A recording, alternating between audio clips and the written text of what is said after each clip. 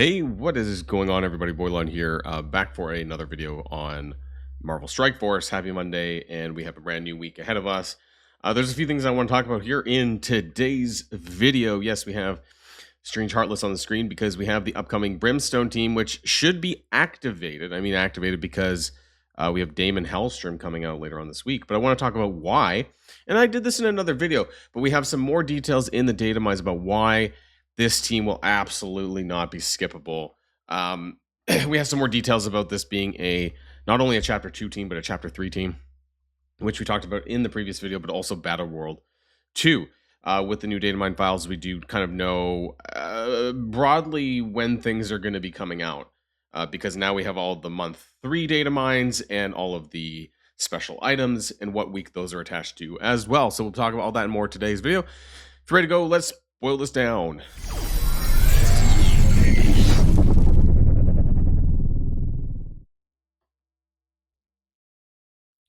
Oh, there we go.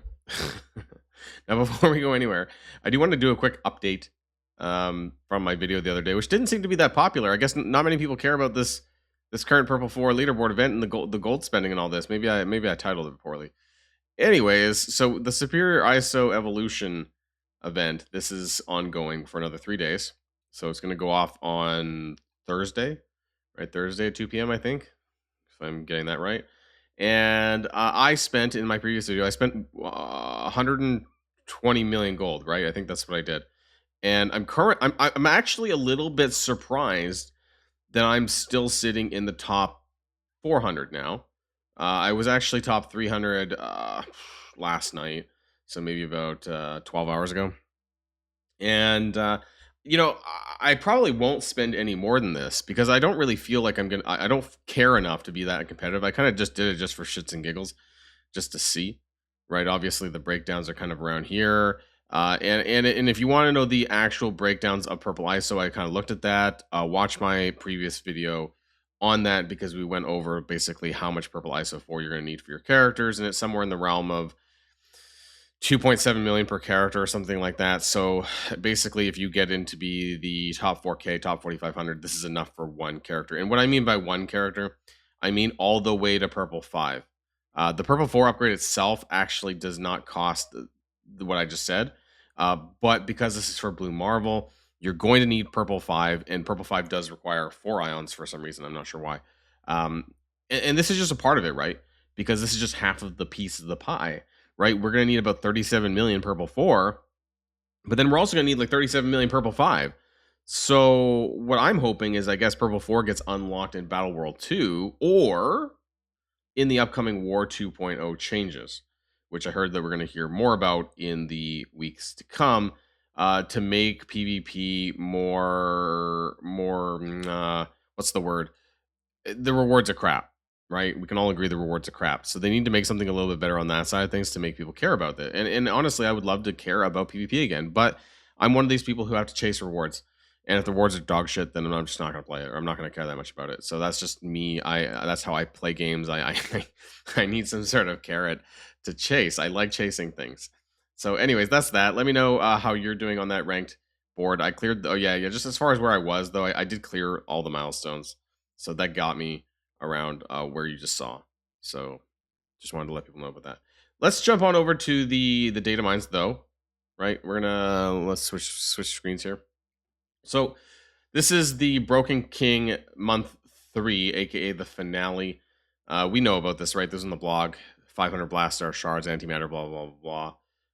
Gear to 20. I don't know why it keeps repeating this Old Man Logan's diamond things. This is kind of really annoying, but they just I guess they just copied and pasted it from many, probably like back in the Quasar days, and they're just super lazy and they just copied and paste things.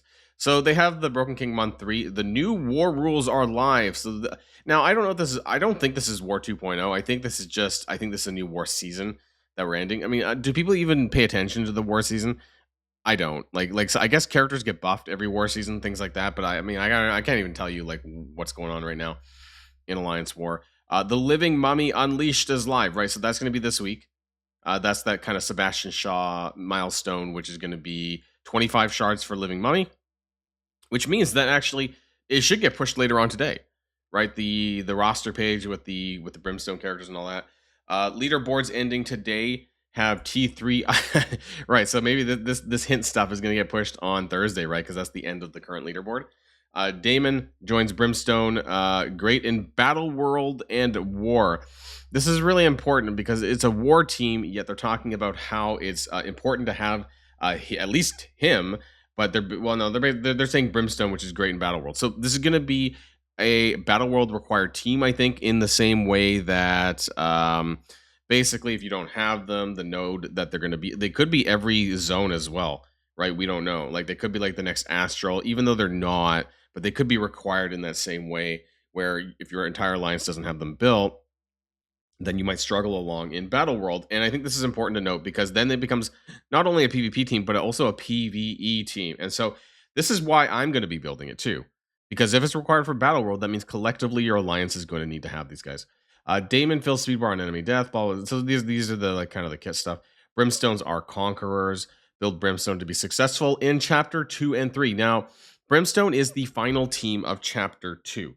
Now, why this is important is because previously the final teams were also in the next chapter. So in this case, we had the Fantastic Four MCU were the final teams of Chapter 1, and they were used in Chapter 2, especially in the early content. So building Brimstone is going to do that into Chapter 3 as well. Play Undying Rampage. This is all the special event Undying stuff that's going on this week. I guess it's going to be starting soon. Now, they have the items here, right? And also down below as well. The Grimorium Verum from Broken King Week 9. The Canopic Jar, right? This is going to be like Living Mummy related here from Broken King Week 10. The Clock. Now, it was Bose Gorilla who told me that this is actually something to do with Sentry and Battle World. So I'm expecting the Battle World 2 to release to be here in Week 11. That's what's going to happen. So that's going to be 2 weeks from now because we're entering Week 9. We're going to be hearing a blog or seeing a blog, I guess, or an Envoy video or whatever of Battle World 2 this week, probably tomorrow or Wednesday, I would imagine. And that's going to give us some further details about what exactly is going to be different. That's what I want to know. What's different from Battle World 2 that is not, that's different from Battle World 1? Because the original kind of flopped, right? And I want to know what's going to make it better, what's going to improve it and make it more fun for the players. We'll have to find out. Week 12, we have Hellcat's Claws. So kind of telling us about the release schedule for the month of October. And then finally, Kestrel's Broken Helmet from the Broken King Week 13. And this is probably going to be the very last Broken King week before we go on to, some people are saying it's Thunderstrike, right? Chapter 3, which is going to be in November. So we're in Week 9 right now, and then 4 more weeks left until probably the start of November there, where we're going to be entering Chapter 3.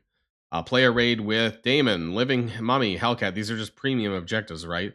And then log in and find Brimstone relics through weekly Broken King events, which I think are just, honestly, the items there. And then again, we just have a further description breakdown of them here. Now, the second part, we also do have the return of the Blastaar Scourge. So this is going to be the second part, which they did say was going to be a little bit different. I think they said that there is going to be 10 nodes every single time, but the nodes are going to be a little bit different. So this is very likely going to be in Week 10 next week, which is going to give us something to do in between the return of Battle World, I guess, which will be Week 11, right? Just to be clear on where we're at.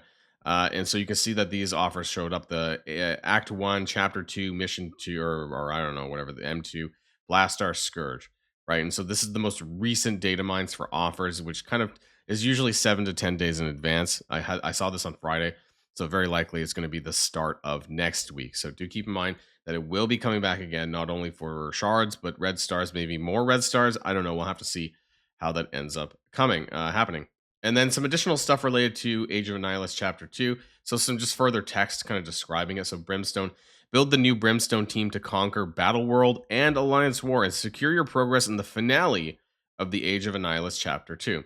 Zombie Kestrel, secure the Fallen Strike Founder to complete Undying and dominate Alliance War. Sentry replaces Null as the Master of Battle World. Start your journey to secure the man with the power of a million suns.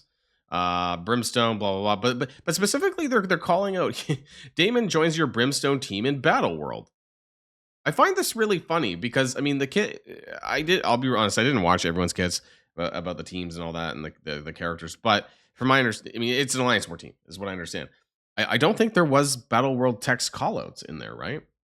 So, I mean, regardless, though, it appears that they're going to be using this team in Battle World, right? Maybe there's going to be Alliance War game mode activated in there, something that's going to make this really, really important. By building your Brimstone team, Living Mummy joins your Brimstone team in Battle World. Prepare for your next Battle World by building your Brimstone team. Hellcat joins Brimstone team in Battle World. They're blah blah blah blah blah. Right? Face off with Sentry. Is is Brimstone going to be important to fight Sentry? That's what I'm wondering. Like, what makes them important? Because it's a war team. So unless those war techs are going to be active either on the Sentry fight or somewhere else, right? Like, what makes this team really good? Prepare for Blue Marvel, right? We kind of already knew this stuff. Upgrade to T3 ISO level 5, Zombie Kestrel, and then Sentry down here just seems to repeat the same stuff that was just up here, which is weird. This stuff is basically those kind of like in-game kind of text things, right? When you go into the command center, there's like this page here up at the top with this is what's going to happen. There's going to be some new stuff showing off Brimstone. It's going to be telling you exactly why you're going to want Brimstone, blah blah blah blah. Like, right when they update it with the teams of this kind of stuff here. We're gonna have like each of the new Brimstone characters, and it's gonna talk about Battle World, I guess, and then there's gonna be a Sentry page. So that's something to expect there. I'm kind of disappointed. Well, yeah, I mean, it's the final team of Chapter 2, which means you're gonna use them in Chapter 3. Now, I think this push is gonna be maybe even by the time my video goes out, this will already have been pushed in game, but definitely before the reset later. And I doubt that they're going to do a token, but there's not really a need for me to have to do it right this minute, right? Like, I'm not sure if I can get any value out of Strange Heartless by getting him to like gear 20 or gear 19, 105. I'm not sure if I'm like nobody's really using Darkhold, right? Because there's also Agatha in there, which is being for Night Stalker. So I'm not sure if there's any like good value out of doing this right uno momento, right? So I'm still probably going to sit on it. Also, keep in mind, there is going to be a Mystic training event, just like those tech training events for the milestones. So if you're going to take them anywhere, take them to just like 100, because there's going to be a 101 to 105 level up milestone that is going to require some Mystic characters. There are plenty of Mystic characters, I guess, that are good to upgrade, but in case you run out, at least you'll have the reworks to be backed up on. So there you go there. And then otherwise for me, what am I doing in my game? I am working on my way to unlocking Hobgoblin through the Antimatter store, because we do have the stupid raid Warzone starting on later on today, which is requiring, of course, battle and raids with Insidious 6. But since Shocker and Vulture are not included in that, getting these points are very, very hard. That being said, I think with the existing raid Warzone milestone, like, we did still get like 2 of the premium ones up here. So the only difference is that I don't need Azazel Diamond Orbs. But I mean, is this one Azazel Diamond Orbs still? Like, I really hope it's not. We moved on. Okay, we've moved on to Scorpion Diamond Orbs, but still, they're giving out so many of these. I find it so weird. Yeah, I'm not going to spend too much time talking about that, but I do find it weird that like some of the leaderboards are like the premium characters. Like, what do we have? Superior Spider-Man diamonds in this one? No, we don't. Oh, with the orbs. And then they're switching between diamond orbs and the actual raw diamonds, like they did for Hellfire Club with Rachel and Shaw, and then using the Azazel Diamond Orb. This team has like all... Oh, no, sorry. Hobgoblin had diamonds, but we have a Scorpion Diamond Orbs, and then we have a Superior Spider-Man Orb. It's just wild, and they're just kind of all over the place. Anyways, that's just it for this starting Monday video. Let me know what your thoughts are in the comments down below about the Team Brimstone.